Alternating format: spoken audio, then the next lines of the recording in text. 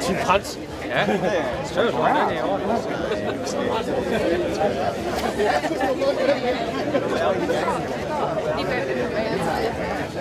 Er Thomas op på toilet?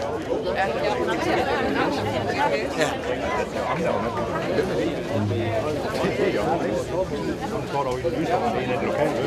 Nå, okay.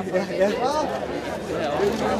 Men det bliver fantastisk. Jeg håber, at det skal være fantastisk et år. Ja, det er jo super. Han er rigtig. Den første gang, jeg mødte ham, det var præcis sådan. Der var det ikke sådan lige noget.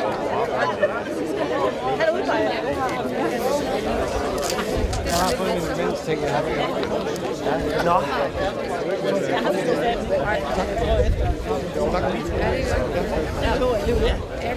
Og er du med som hjælper i dag, eller? Jeg skulle med spille. Det er du tager over. Det er også en skole, jeg tænker. Det går en lang kold tur, hvor jeg skal på cykel hele vejen rundt. Det er næste godt. Nej, det skal nok gå. Jeg kan gå. Han er jo hurtigt. Du er hurtigt hjemme. Ja, det regner jeg med. Hvad har du på cykel? Hvad har du på cykel? Har han lagt alt ud i depotet? Jeg står herovre med en foran og en tas og... Ja, jeg har det hele. Jeg har det hele.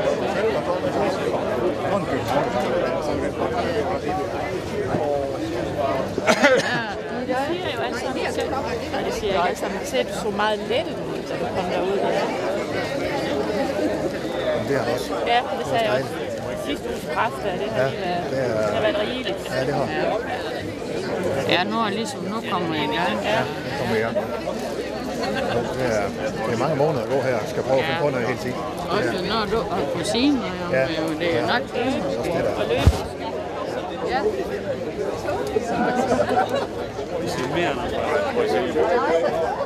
Jeg har haft ret meget kontakt med nogen.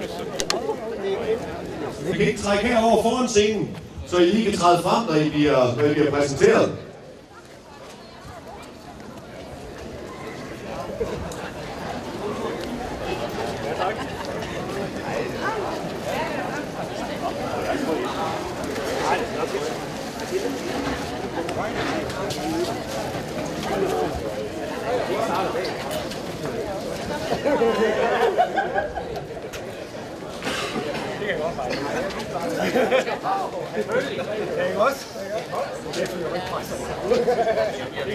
Og det forholder sig jo sådan i år, at Lauke, Jan og jeg, vi kan undgå at tale engelsk, har vi aftalt. Der er internationale løbere med, men det er fra Norge og Sverige, og en enkelt græker, der godt kan et par strofer af dansk, så vi holder den på dansk i år. Vi starter med præsentationen.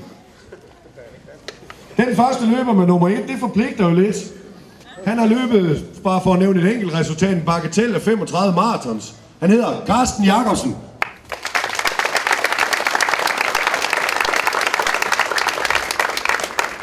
Næste deltager, og samtidig den første kvinde med nummer 2 i det her løb, hun har løbet en bagatel af 49 marathons.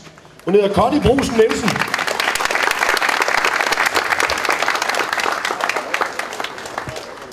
Med nummer 3, ham har vi haft med et par gange før i 100 miles.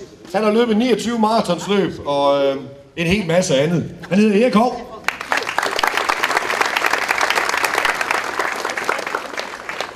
Med nummer 4 deltog i 11, sluttede sådan lige over 21 timer. Henrik Henriksen.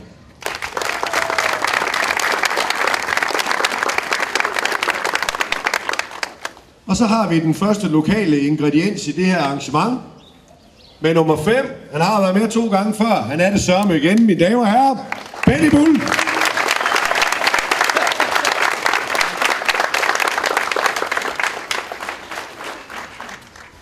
Med nummer 6, en mand, der er meget alsidig ud over løb, så er det også noget med noget Ironman og så videre, men gør vi ikke det alle sammen? Han hedder Thomas Kokholm.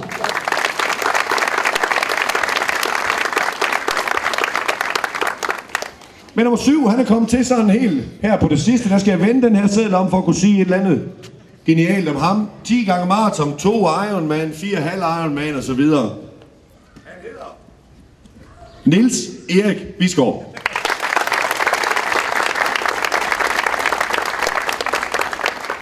Med nummer 8, også en lang meritliste, blandt andet 27 maratons. Han hedder Morten Iversen.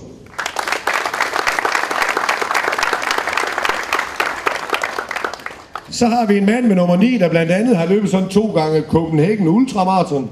Han hedder Morten Poulsen.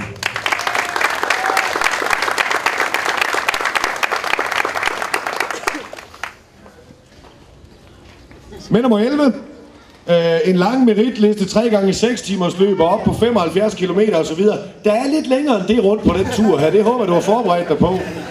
Han har nummer 11, han hedder Kim Hansen.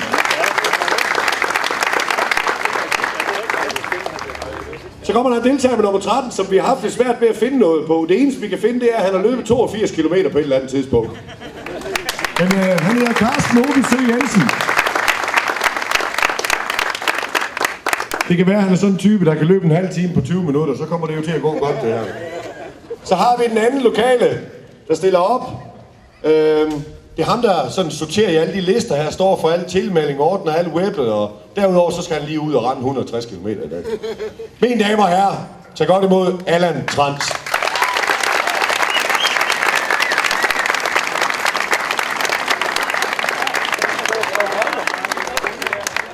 Men nummer 15, ham har vi heller ikke kunne finde noget på, men det behøver man heller ikke, for at man stiller op til det her. Der har vi Hans Schack.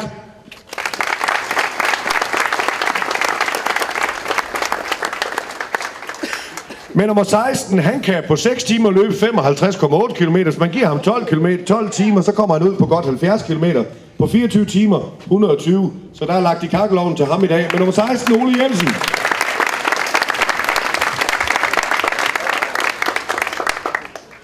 Løbets anden kvinde. En lang meritliste, 43 maratons. Hun har løbet 3 gange 12 timer, 15 gange 24 timer. Hun hedder Anne Marie Rossen.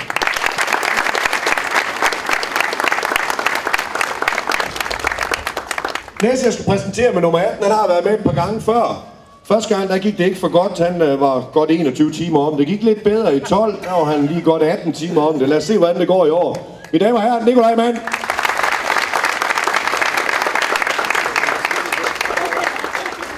Om den næste tiltager kan jeg sådan blandt andet nævne, at han tog sin første Ironman i 99 og har holdt sig i form siden.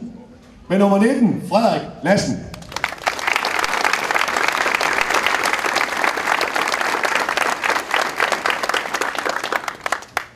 Næste deltager, også løbet en hel masse. Siden 2010 har han dyrket ultraløb, så vidt jeg kan forske ud af det her. Over 1100 kilometer i ultraregi. Han hedder Palle Rugård Sørensen.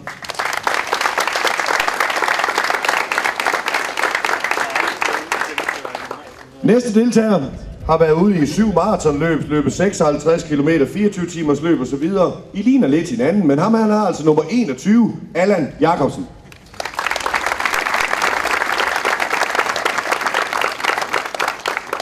Næste deltager, det er en, der har taget hårdt fast i sidste år. Han begyndte sådan at løbe, står der her i juni 2011. Fandt han ud af, at det skulle være sundt. Siden da har han løbet 43 maratonsløb blandt andet, og nu skal han prøve at løbe en 100 miles. Han hedder Anders Risager.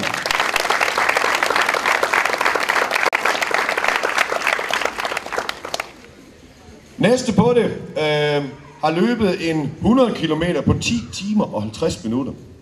Det tegner rigtig godt. Han har nummer 25, han hedder Jørgen Jacobsen.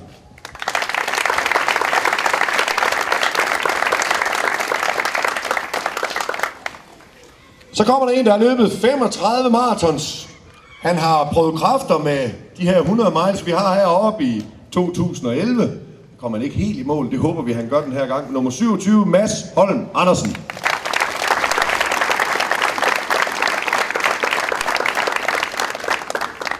Så har vi sådan et eksotisk tilsnit her, international løber. Han er fra Grækenland, han er sådan en oprindelig cykelrytter. Der startede han fra dag 1 med at tælle sine kilometer sammen. Han har cyklet over 400.000 kilometer. Derudover så har han løbet en hel masse. Han bor i Danmark lige for tiden. Jeg har glædet mig meget til at nævne det navn. Han hedder Emanuel Pasaradakis.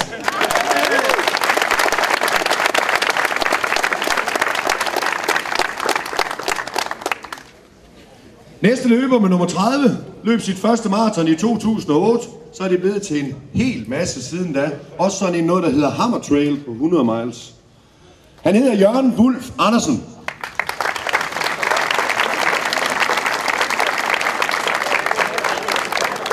Some people call me the space cowboy. Some call me the gangster of love.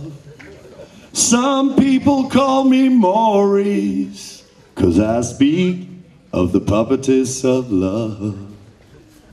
I'm a joker, I'm a smoker, I'm a midnight joker.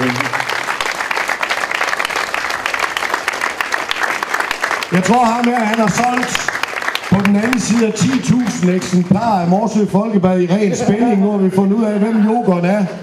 Rigtig god tur til Jørgen Vejle.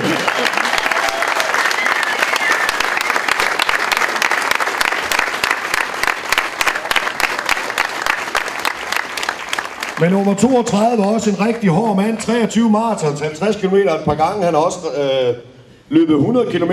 Han hedder Christian Hansson.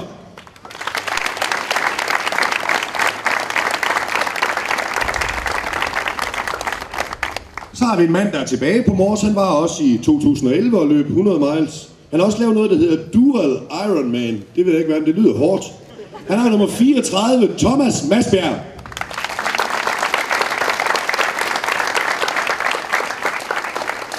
Med nummer 35, 45 maratonløb, 62 km, 4-6 timers, par 100 km løb for at holde sig i form. Sirius Atjadjari.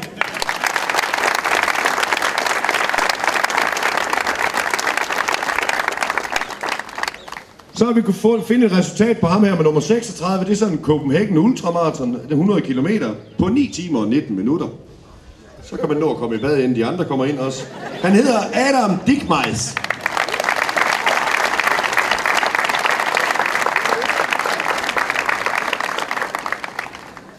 Næste løber, han har dyrket det her ultrasport siden 2006. Han kan løbe 100 km på 9 timer og 43 minutter. Vi giver ham 6 dage, så kan han løbe 560,8 km.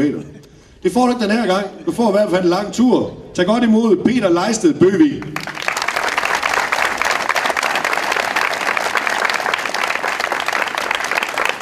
Så har vi en deltager fra Norge, der har løbet 29 ultraløb siden 2005. Rigtig hjertelig velkommen til Per Olof Byrum.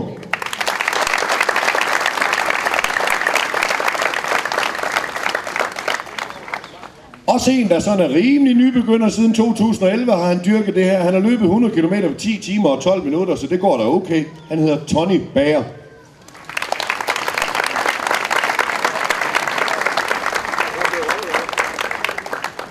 Løber her, der har været med i 6 år, 52 km, 70 km, en gang 100 og en 6 timers løb. Med nummer 41, Per Gregers Jensen.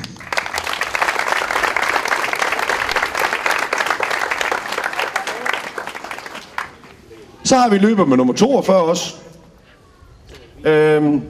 Det første Allan han havde skrevet i de her noter, som han har lavet, det er, at vi har ingen data på ham. Altså jeg ser ham en gang imellem, når han kommer rundt. Jeg får aldrig nogensinde lyst til at spørge, om vi skal løbe en tur sammen. Han hedder Henrik P.D.Ø. Østergaard.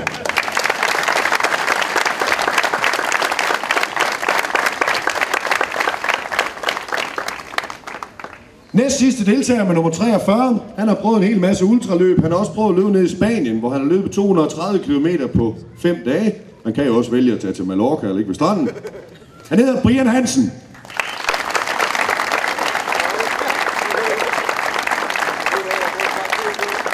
Og til sidst der har vi en gæst fra Sverige af. Rigtig hjertelig velkommen, der har løbet 100 km på 8 timer og 44 minutter.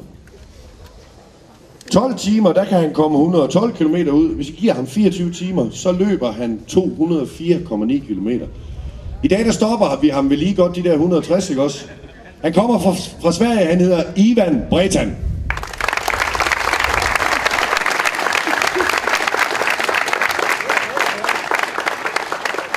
Rigtig god tur til alle sammen. Nu skal I få en velkomst til vores borgmester. Med dem her, Lauke Larsen. Ja, og jeg skal gøre det forholdsvis kort. Vi skal afsted 9:30. Men jeg vil ønske jer alle sammen en rigtig god tur. Og det er jo ikke nogen hemmelighed, der er rigtig langt vej hjem. Og jeg kommer og ønsker jer tillykke i morgen, når I har... Også dem, der ikke har gennemført, fordi det synes jeg også er flot. Jeg ved ikke, hvordan I har det nu. Jeg tror, I er spændte og står og tænker lidt, kan jeg holde til dem? Og nogle af jer måske tænker, I er koncentreret. Nogle af jer tænker måske, kan de smerter, der venter. Knæ, hofter, muskler. Men I kan modstå smerterne. I er nemlig seje, og I tilhører en anden verden, og vi beundrer jer. I tænker sikkert også, hvordan skal jeg nu få alle de kalorier, jeg skal have, for at drukke det, der er nødvendigt. Og hvad med de flotte udsigter på Mors, får jeg overhovedet tid til at kigge på dem. Det er jo første gang, vi begynder her på Kirketorvet. Jeg synes, det er et godt sted, og vi kan se, at der er kommet mange mennesker, der kan alle sammen ønske jer en god tur. Og I skal nu udfordre jer selv, pas på jer selv, men vi er med jer, så der er jo ikke nogen loneliness on the long distance runner i dag. Det er det gode ved Mors. Der er masser af folk, der står og klapper af jer og servicerer jer. Og jeg skal da ikke være lokal, men alligevel, jeg er stolt over, at der er så mange morsenbrugere med. Tillykke til jer, fordi jeg har meldt jer, og jeg tænker på jer. Jeg kan se Jørgen står der og spændt. Og jeg er også glad for, at jeg fandt ud af det meget sent, det er jeg ked af, Henrik, at min murer er med. Og det er altid vigtigt, fordi jeg kan sige, at jeg har haft far, siden jeg kom til Mors for 33 år siden, og de har altid været så hurtige. Så lidt reklame skal jeg også have i dag. Så tillykke med det, og rigtig god tur.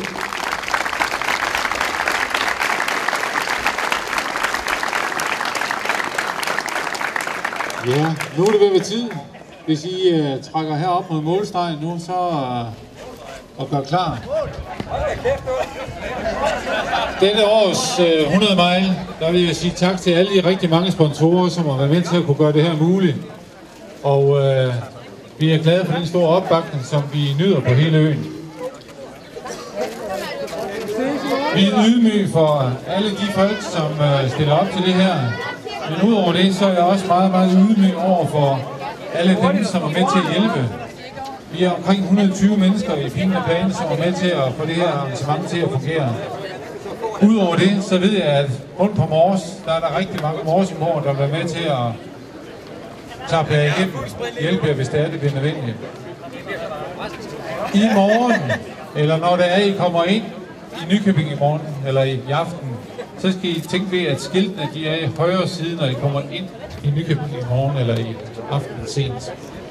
Den løber af jer, der kommer ind først, får sig en rigtig flot velkomst. Der bliver et vældig fyrværkeri og ting og sager til nummer 1, der kommer ind. Og der er det så sådan, at raketten kommer rigtig, rigtig højt op. Så dem, der er ude på ruten, de kan jo se, hvornår løber nummer 1, han kommer ind.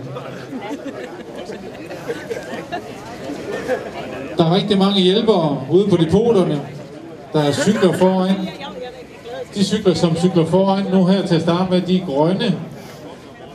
Så dem skal ikke løbe forbi, dem skal løbe bagved. Jeg tror, det går. Ja, men ellers så vil jeg sige, at Pinen og Pane, vi er klar til det her. Og GPS'erne, de skal gerne virke. Om cirka 7-8 timer, så kommer jeg rundt og skifter batterier, så I får nyt. Men vær ydmyg over for vejret, for det ser ud til, at det bliver en barsk omgang. Desværre. Skal vi sige, at vi skal være klar? Er det ikke ved at være halv nu? Er det rundt regnet? Skal vi sige? Rigtig godt løb, og vi håber, at den bedste løber må vinde. 100 mile 2013. Skal vi sætte i gang? Rigtig god tur til alle sammen.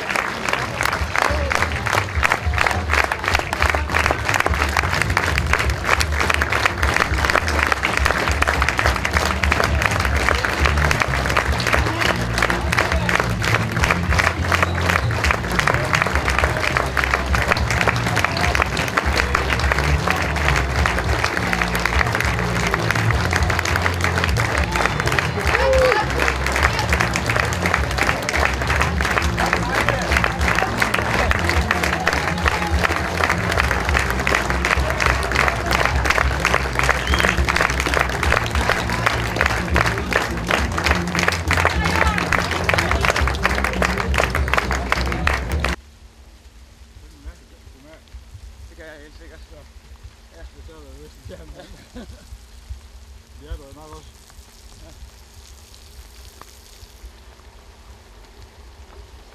Det er jo sludlinje.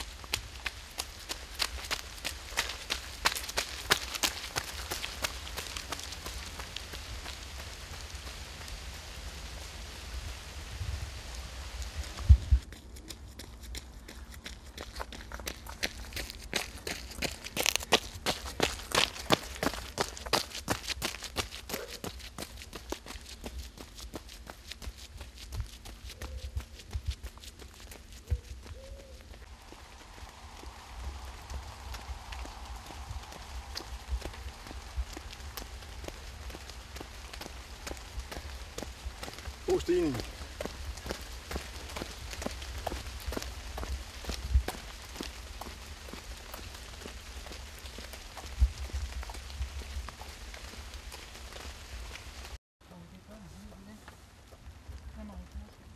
Ja, det var det hårdt. Vi tager det bare ikke af før i sidste øjeblik. Han har...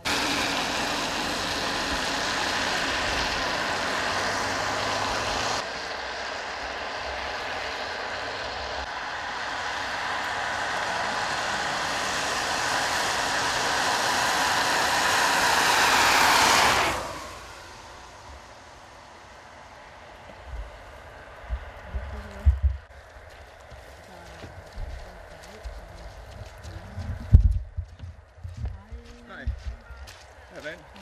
Friske vand første. Ingen energidrik eller noget. Det er på lige der. Ja. Der er også med en anden smag der. Pur power.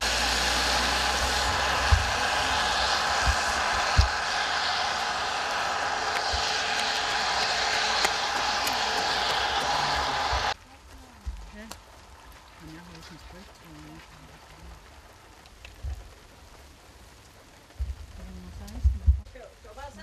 Eller hvad? Er det lige på tiden? Vil de gerne vide, at den cirka tiden?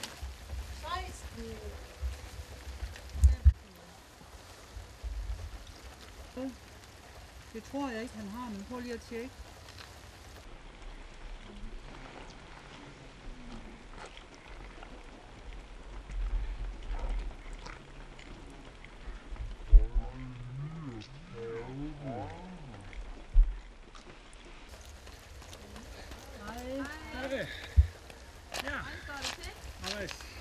Halvvejs, ja. Det er vand. Okay, ja, men... Ja. Nå.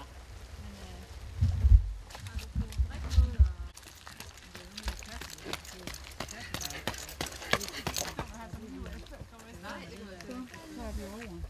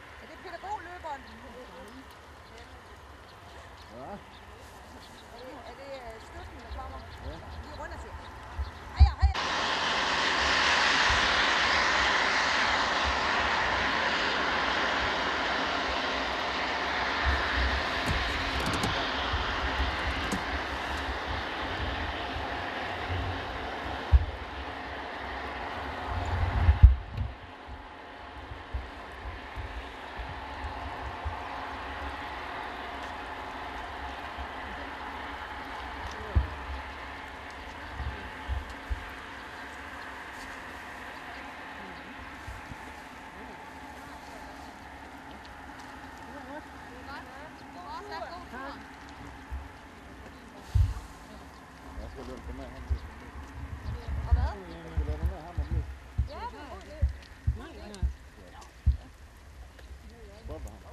du skubber lige bagpå.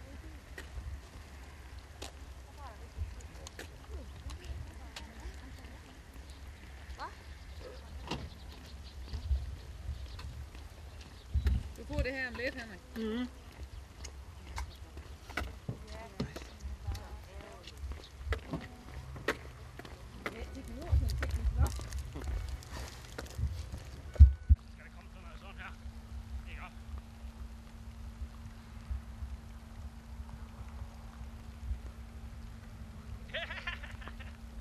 Stik en ben ud af det eller andet.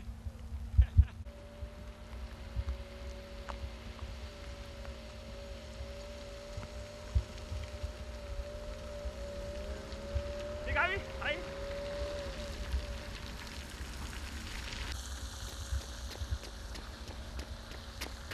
Skal vi smile eller græde?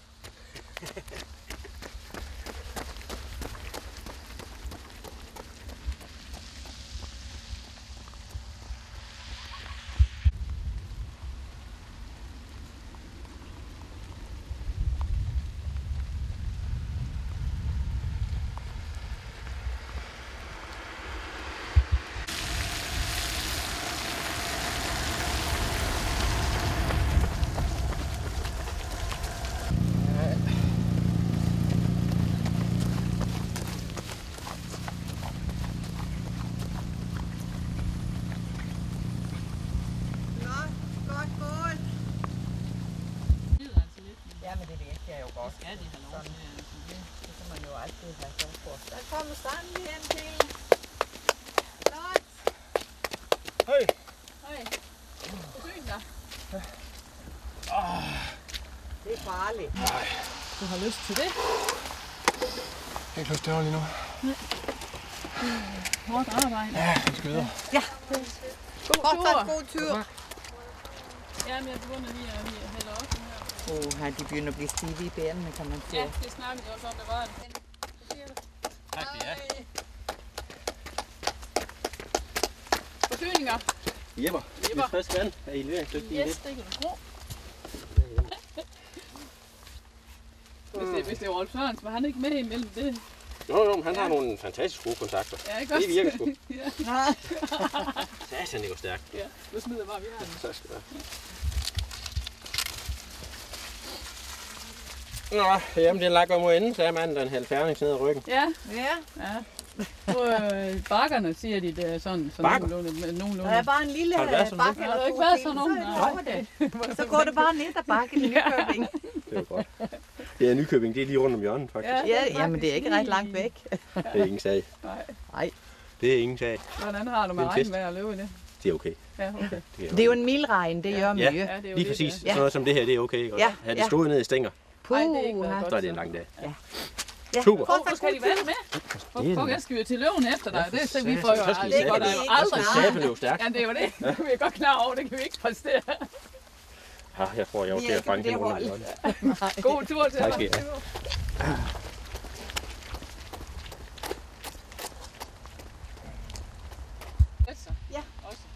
Ja, for det før har jeg også været med at vi har det fra stole, de kan sidde på. Ja, men jeg synes bare ikke, det var hver tid i dag. Nej, men det var det heller ikke. Ja.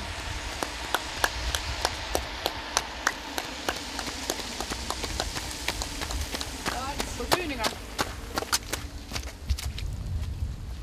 Skal du have noget i det? Det er sjovt, når der kommer nogen jo. Ja, det er det. Altså, Det er vi der er mindre ved at stå her, når der ikke kommer Ja, når der nogen. ikke kommer nogen. Ja. Hvad?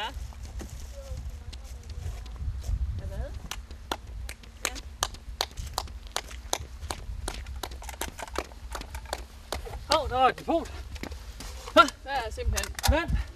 Vand! Har får du ikke vand nok?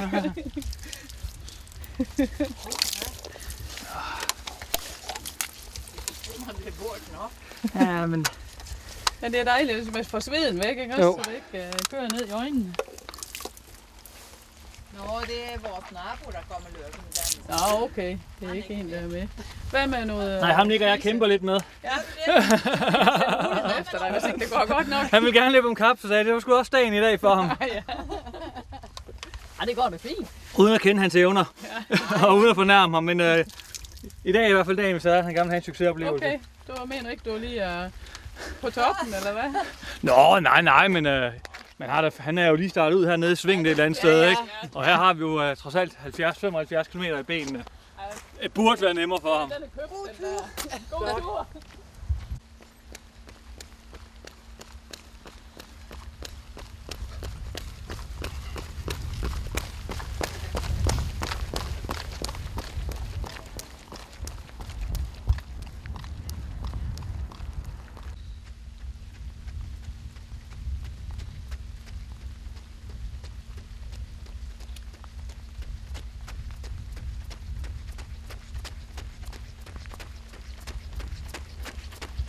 Kører.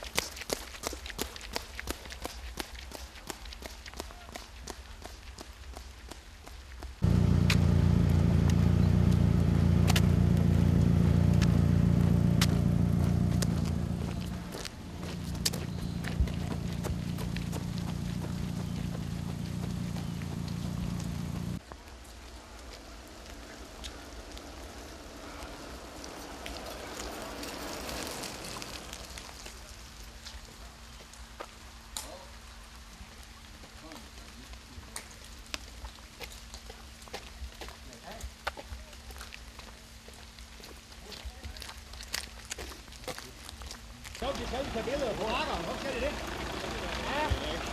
Det er langt.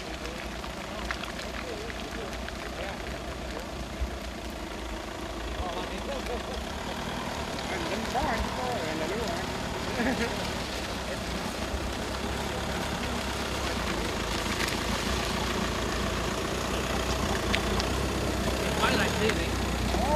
Morsø fodslagter, det kører. Så skal vi sgu løbe nu. Nej, de har jo sit, du kom gående. Det er helt vildt, så smidt 48 pladser ud 56. Helt vildt? Det plejer ikke her så også. Ja, det er så.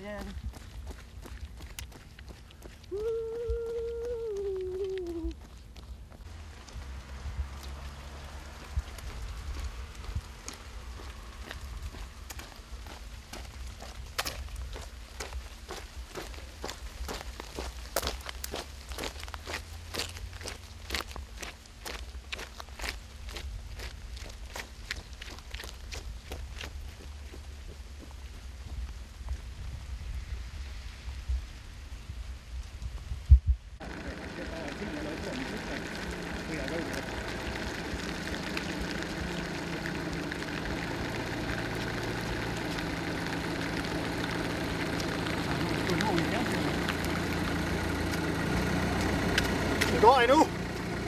Løb! Ja, nu skal vi lige op ad det her bakke, så er vi klar igen.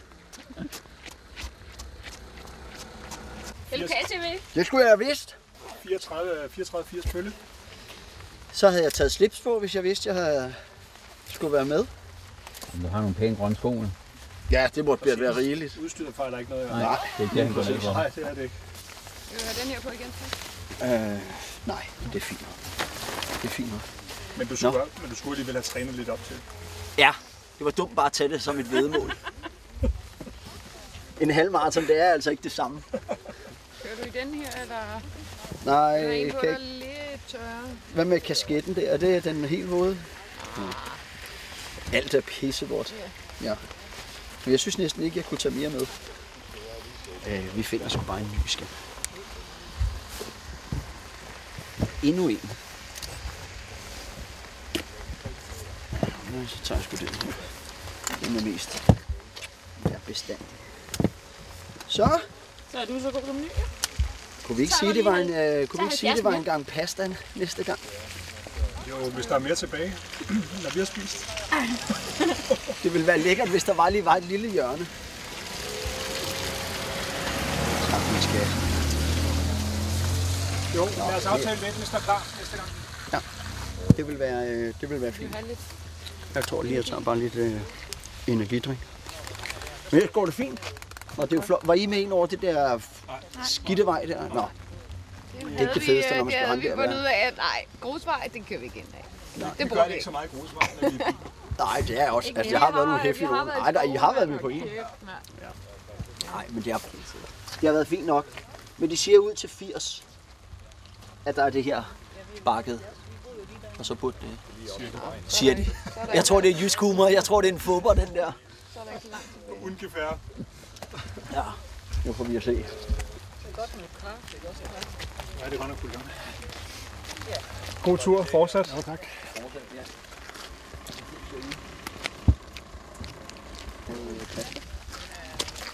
Ja. Skal vi ikke bare sige, at vi ses?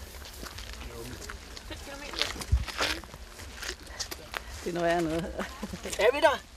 Ja, vi er. Vi ses lige om lidt. Vi ses lige om lidt. God tur. Ja.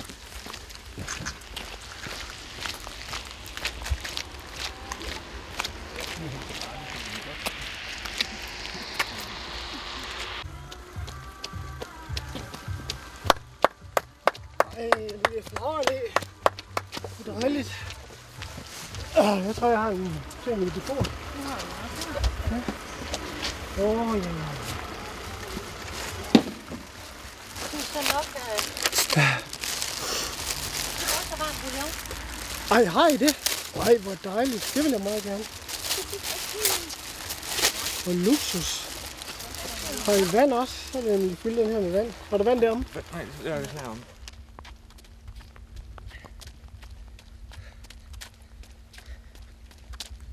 Hej. Åh, for sådan.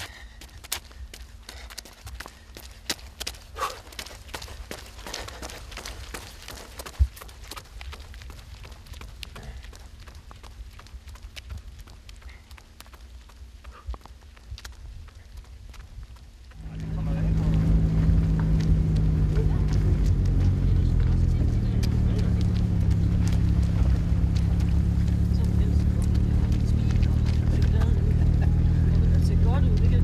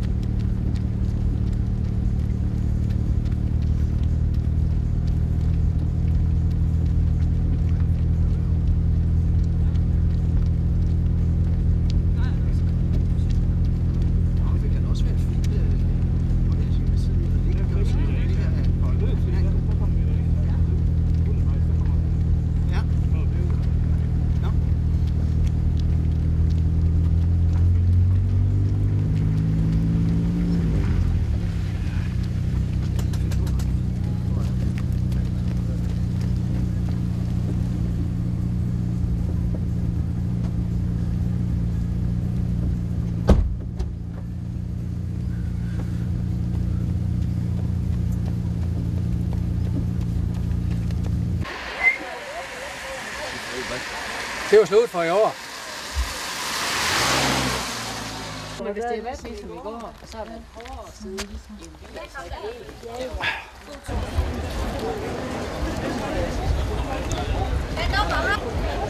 Ja, det gør... Jeg skulle da lige tage noget taget på Morsø.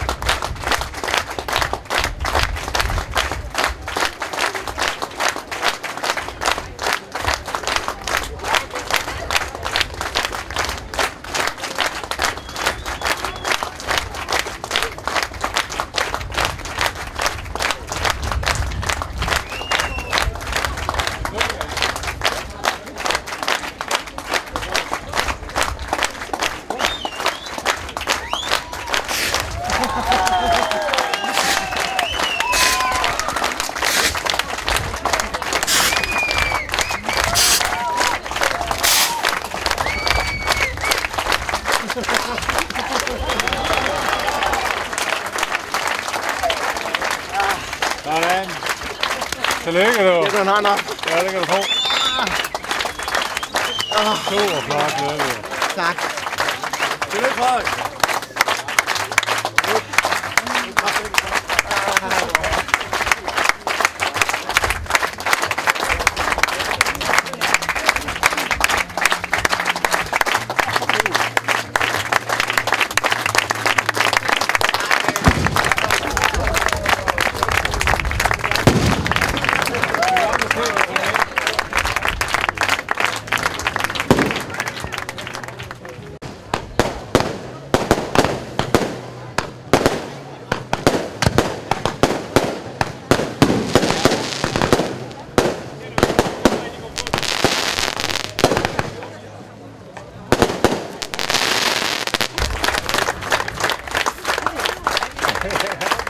Det er de der huller der, de bliver ikke.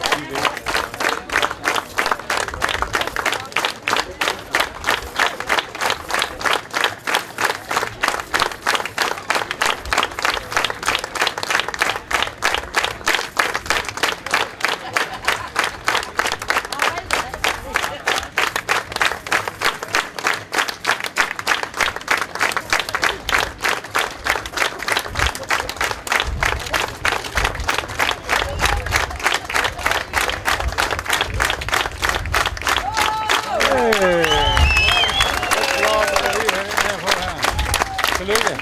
Godt tillykke.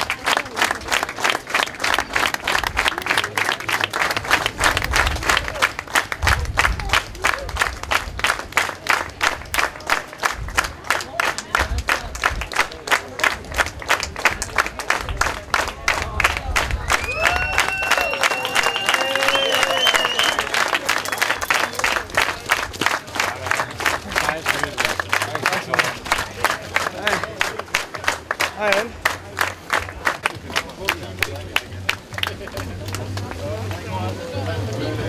Ja, for alle. Hej, hej.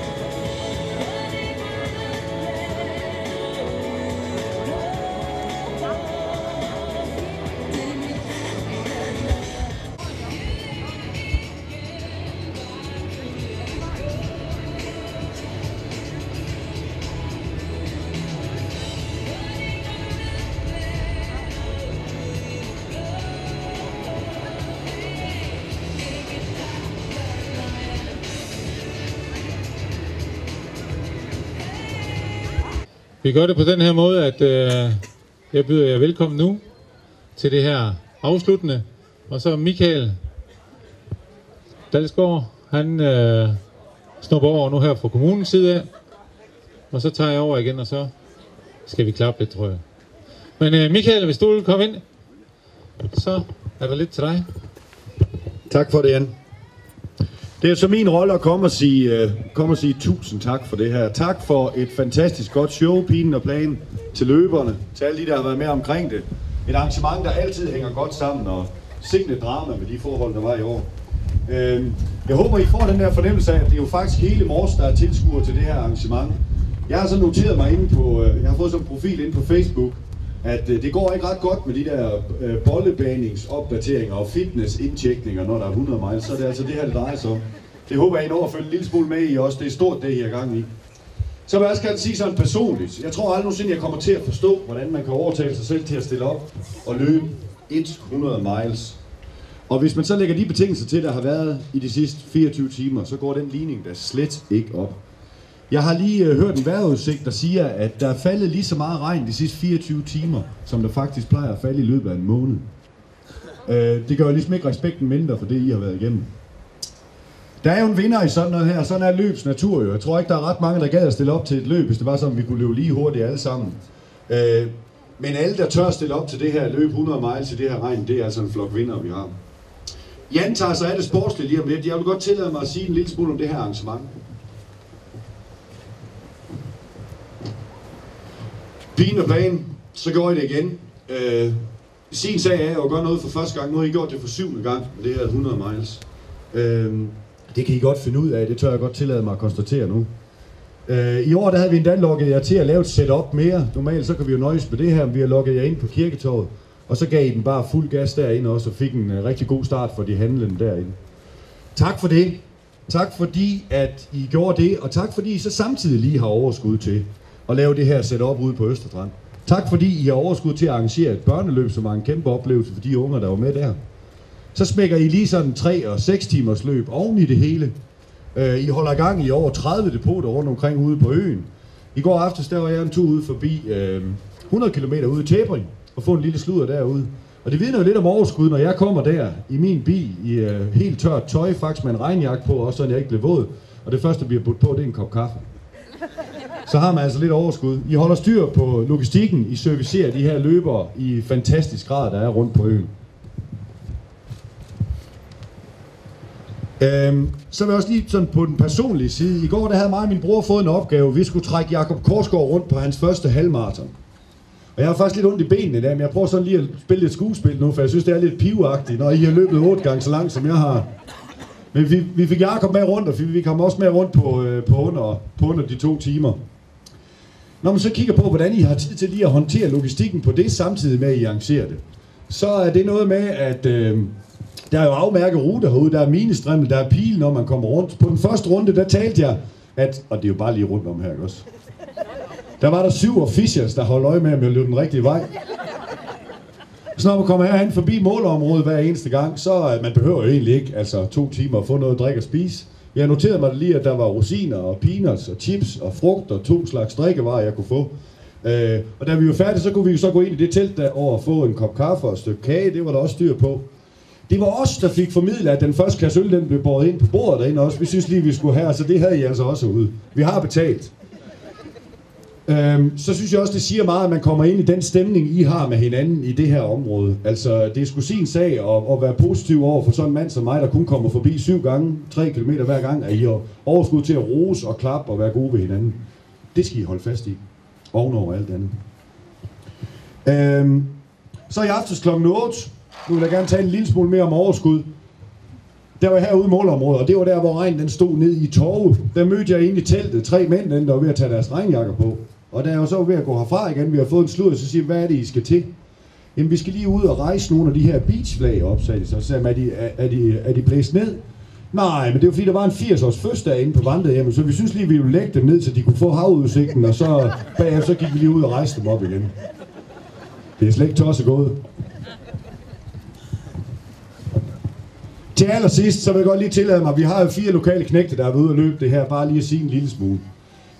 Benny, så vidt jeg kunne følge med på opdateringen, så blev det til 80 km den her gang. Da vi talte sammen op ved Guldbærløbet her i sommer, som også var et rigtig godt arrangement, så kunne jeg godt mærke på dig, at du har ikke fået trænet det, du skulle, fordi at, der var noget med din knæ også.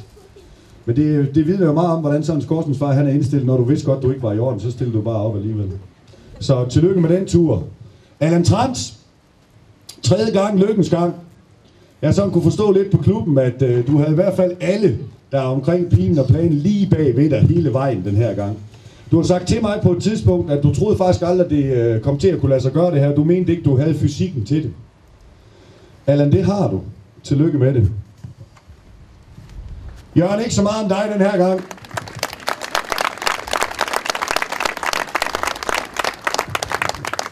Jeg har lovet at lade være med at synge. Den fik du nede på torvet.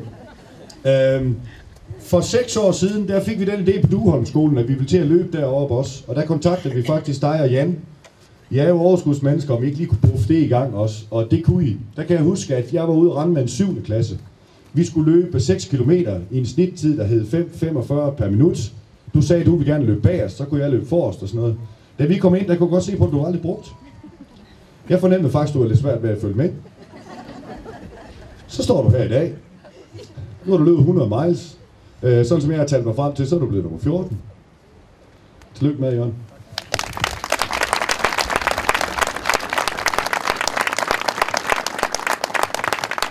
Og så lige til sidst til Henrik Østergaard, der lige tog sig en lille løbetur rundt på Mors også. Du blev nummer 7. Hvor kom du lige fra?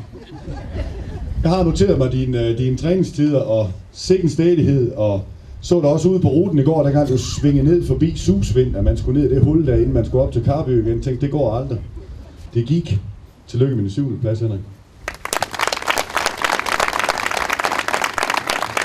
Så alt i alt, Pien og Planen, tusind tak for en fantastisk udgave af 100 miles 2013, 7. gang. Vi glæder os allerede til næste år. Men det her løb 2013, jeg har talt med flere af de ultraløbere, der har været med i et par gange. De siger, at det er det værste løb, ikke de har været med i, men det mest barske og det mest udfordrende, der overhovedet har været. Så dem, der har gennemført det her, de ved i hvert fald, at de er lavet af et specielt stykke stof. Så vi har skrevet historie på mange fronter, det kommer jeg tilbage til lidt senere, men som Michael var inde på, så kom der jo lidt regn, og så kom der lidt regn, og så kom der lidt mere regn, og så kom der regn, og så kom der regn. Så dem, der har kigget ud af vinduet og råbt lidt til folk og sådan nogle ting der, de har fået vand i hovedet, og dem, der var derude, de blev gennemblødt fra en halv time efter I startede, så var der vand, og så til man kom i mål. Så super flot gået og løbet af alle dem, der var med. De løber, der var med, der er fuld af ydmyghed og af stor beundring for det at bare turde stille op til det her. Men også i forhold til at lave den træning, der skal til for at komme igennem. Det er den ene ting, det er den fysiske ting, men så den psykiske ting, som er oppe i hovedet, det er ikke, hvordan man træner det. Og så er der jo så også, at de forberedelser, man skal have for at kunne gennemføre sådan et løb her, man kan ikke forberede sig til regn. Det tror jeg ikke, man kan. Man kan heller ikke forberede sig til sol eller til varme. Så det er et ekstremt løb i verdensklasse. Det kommer jeg nemlig tilbage til. Det var ikke lige det, jeg ville have sagt. Men det er simpelthen så fantastisk at kunne gennemføre det her. Så er der holdt bag Pien og Planen, eller det vil sige holdt bag 100 mile og holdet i Pien og Planen, der har lavet det her. Der er lige så stor ydmyghed og respekt for det her kæmpe arrangement. Fordi at det bliver jo ikke lavet bare lige nu her i løbet af den her weekend. Der er jo rigtig mange timer, der er gået forud for at få det her løb arrangeret. Så jeg synes, at alle os, der er, vi skal lige give os en klap.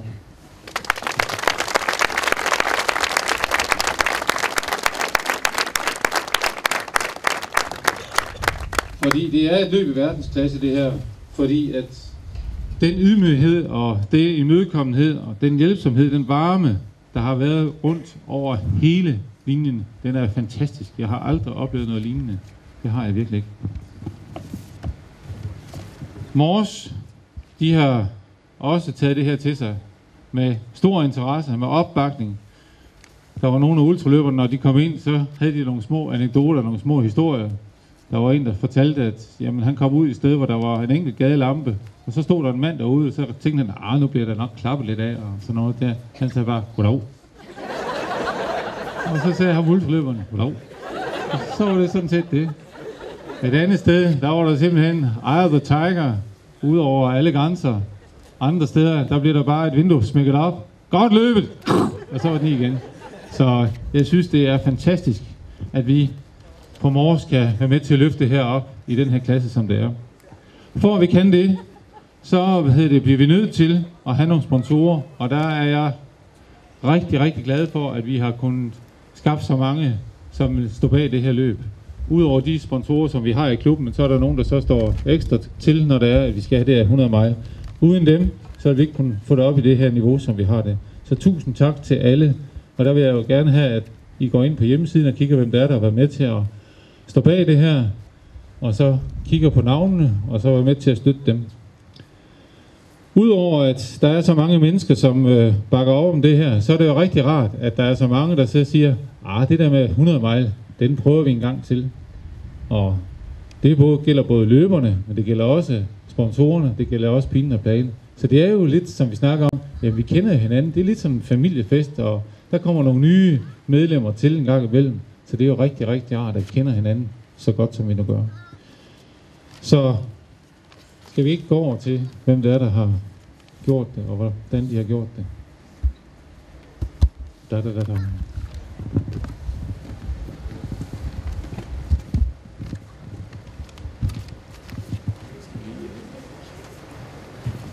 På en 19. plads, vi kan så sige, der var 35, der stillede op, 44, der tilmeldte sig alt i alt, 35, der stillede til start, og 19, der gennemførte.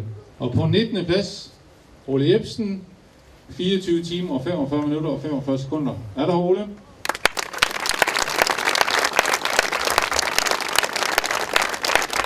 Det er sådan, som man nu kan råbe op, så vil jeg gerne have, at man stiller sig op, enten foran stolen eller sætter sig på den, eller efter hvad man nu har af ben. Så er der en, som jeg har set meget frem til at skulle nævne nu her, fordi at hvis der er nogen, der mister 100 mile, det er ikke fordi han vinder, men fordi han gør det arbejde, der skal til for, at vi kan have det her løb i den her klasse, som vi nu har. Og jeg vil gerne have I hujer og skriger og klapper og gør ved. Allan Trans, kom herop.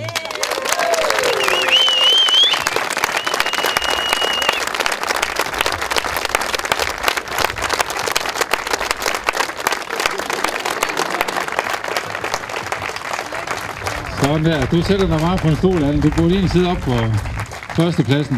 Nu får du lov til at sidde der. Og Allan, han kom igennem på 24 timer, 7 minutter og 3 sekunder. Kanon. Ja.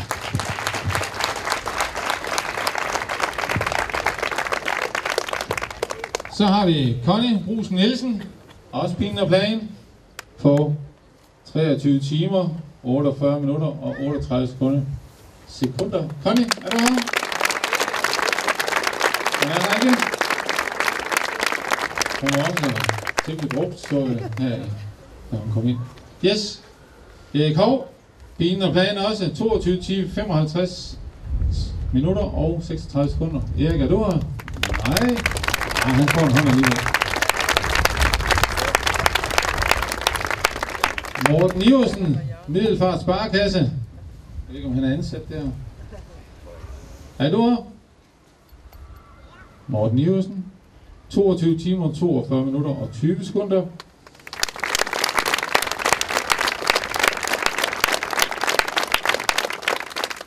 Og så er der også en anden, der har gjort sig rigtig, rigtig meget bemærket her i det sidste, det er halvårs tid, Jørgen, tror jeg det er. Og Jørgen, han ringede til mig, og vi snakker om det her med, om han skulle deltage i 100 mile.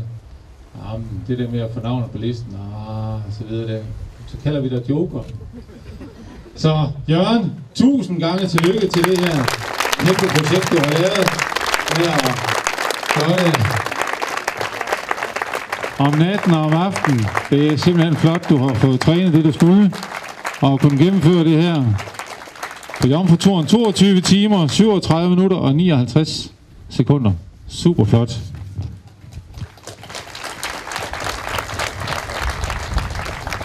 Nummer 13, det er Carsten Jacobsen fra Amok. Er du her? Stille. 22 timer, 36 minutter og 57 sekunder.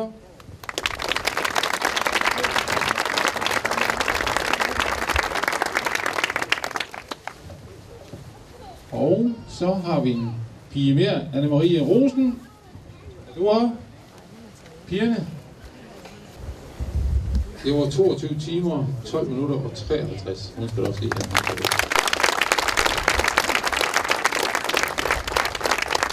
Christian Hansen.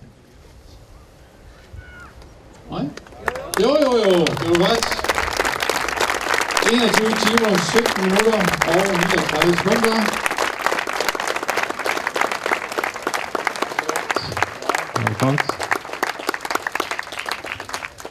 Og så er det Palle Rugård Sørensen, Samsø Ultra. 20 timer, 45 minutter og 35 sekunder. Det er godt.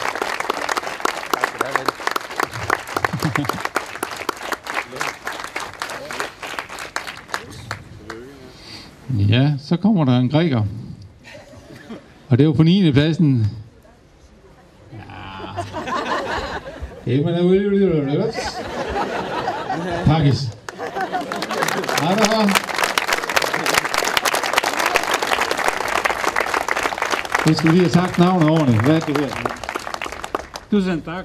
Everything was very nice. The weather was very bad. But What's your name? Emanuel Saradakis.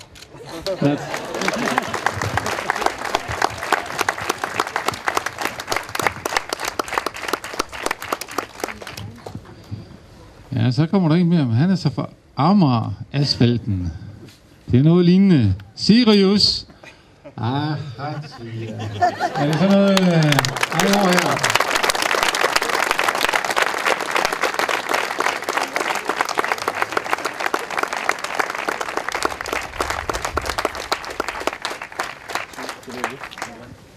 Og på en 7. plads, der har vi en mester.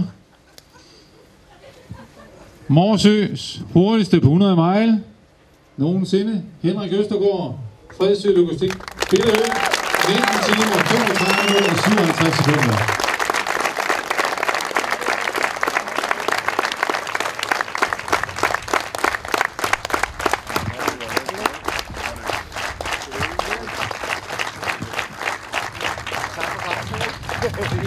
På en 6. plads, en af vores familiemedlemmer, som vi har fået ind i klubben, Nikolaj Mann, på en 6. plads, Team Smart, men 18 timer, 54 minutter og 19 sekunder.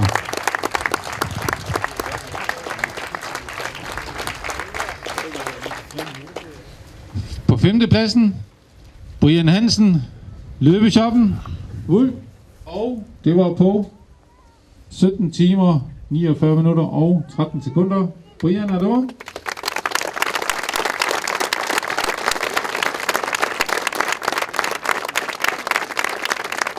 Det var han ikke. Så har vi næste. Nummer 4. Allan Jacobsen, bloddonor.dk. 17 timer, 4 minutter og 29 sekunder.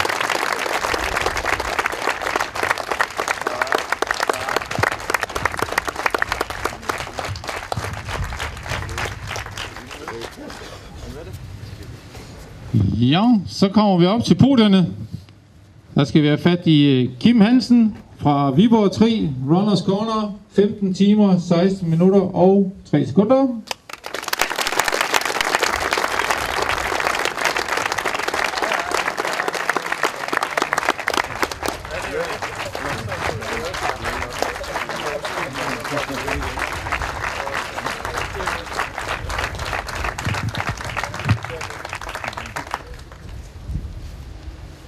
Kan vi ikke rykke en gang, så I kommer tættere på?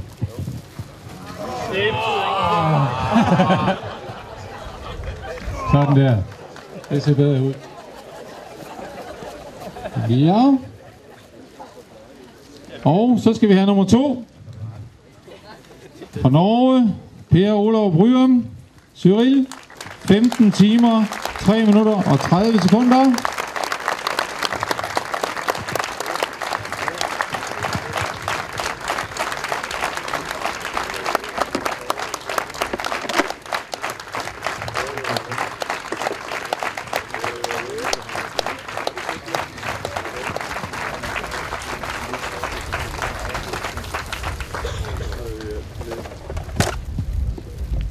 Så mangler vi kun en. Da vi startede i morges, eller ikke i morges, i går, så var der jo et par stykker, der i den grad tog afsted med 140 km/t ting om. Det er jo sådan, det er. Det er allerede afgjort på Kirketorvet. Men det der med at disponere et løb, og have vejret med sig, og kende sig selv, og måske også kende ruten, har været igennem den enkelte gang før. Skal vi ikke tage rigtig varmt imod årets vinder af 100 mile 2013, Frederik Lassen. Dennis Kravs vinder 14 timer, 49 minutter og 45 sekunder.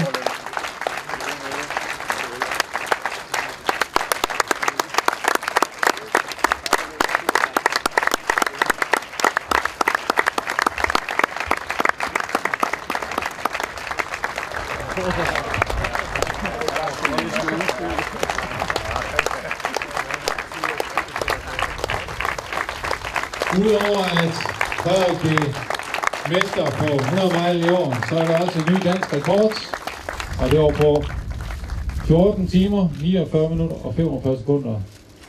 1000 gange tillykke til alle sammen på gennemførelsen af dette års 100 mile. Vi skal lige have de her vældige checks. Der kommer lige nogle præmier til her med checken. Sådan der.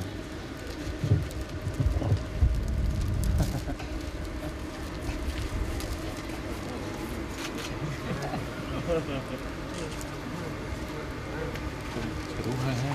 Ja.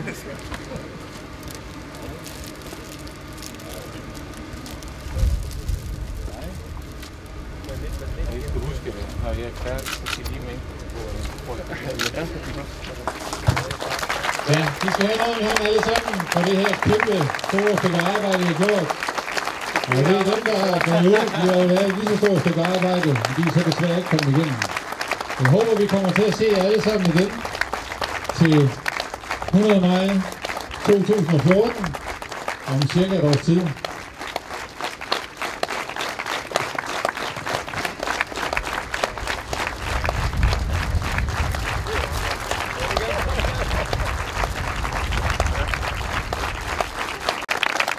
Vi plejer at have sådan en lille tradition for, at hvis der er nogen af løberne, der vil sige noget, så er der en mulighed for det. Ikke, om der er nogen, der har lyst, så er de velkommen til at tage mikrofonen og sige noget, hvis der er, at der er nogen, der vil det. Vil du? Som løber fra Amager vil jeg gerne sige tusind tak for at have fået lov til at deltage her på Mors. Jeg synes, det har været fantastisk at opleve et løb, hvor hele lokalbefolkningen i den grad har støttet op om det. Det har været et valg fra min side med hjertet at vælge at løbe her på Mors, og jeg har ikke et øjeblik eller et sekund fortrudt, at jeg har valgt det. Jeg vil gerne sige tusind tak til jer alle sammen for at være så entusiastiske. Jeg synes, I er guld værd, og Mors, I'll be back next year.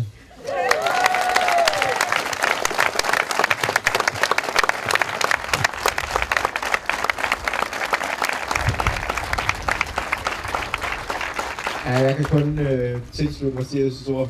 I er fantastiske heroppe på Mors. Det har været, ja, som også blev nævnt, står ude på ruten rundt omkring og klapper midt om natten og med børn, og fantastisk sted at løbe. Fantastisk løb. Super dejligt. Tak for et godt arrangement.